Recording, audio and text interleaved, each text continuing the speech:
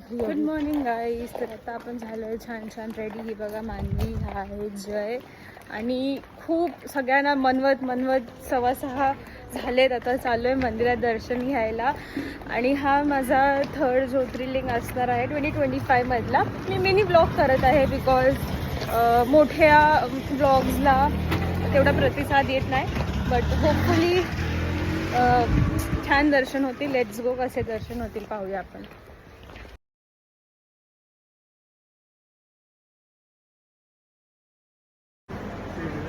हर हर महादेव. आम्ही रांगेत सकाळी 6:30 वाजता लागलो. तरीही लोकांची खूप गर्दी होती. आम्हाला कमीत कमी 30 मिनटं तरी लागले असतील इथे नंदी महाराजांजवळ पोचताना.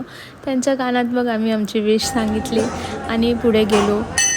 त्र्यंबकेश्वर मंदिर हा ब्लॅक स्टोन्सनी बनलेला कार्व्ड टेम्पल आहे. तर खूप ब्युटिफुल त्याच्यावरती जे कार्व्ड आर्किटेक्चर होतं ते आम्हाला पाहायला मिळालं. खूप छान होतं. आणि त्र्यंबकेश्वर मंदिर जो आहे it signifies 3 deities, Brahma, Vishnu, Mahesh.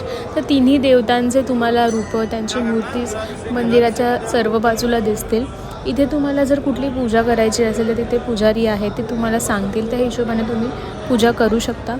महादेवांना पाहताच खूप छान वाटलं. आणि जवळ जाऊन स्पर्शदर्शन तर आम्हाला मिळाले नाही, पण जितक्या पण क्लोज मला जाता आलं it was very very very good for me. मला खूप छान वाटलं. बाहेरसुद्धा बरेच शिवलिंग आहेत, त्याचे तुम्ही दर्शन घेऊ शकता. हॅलो गाईज, छान मस्त दर्शन झाले. एकदम मला खूप भारी वाटलं दर्शन घेऊन, कारण खूप जवळून दर्शन भेटले आणि खूप वेळ आम्हाला पाहायला पण मिळालं महादेवांना.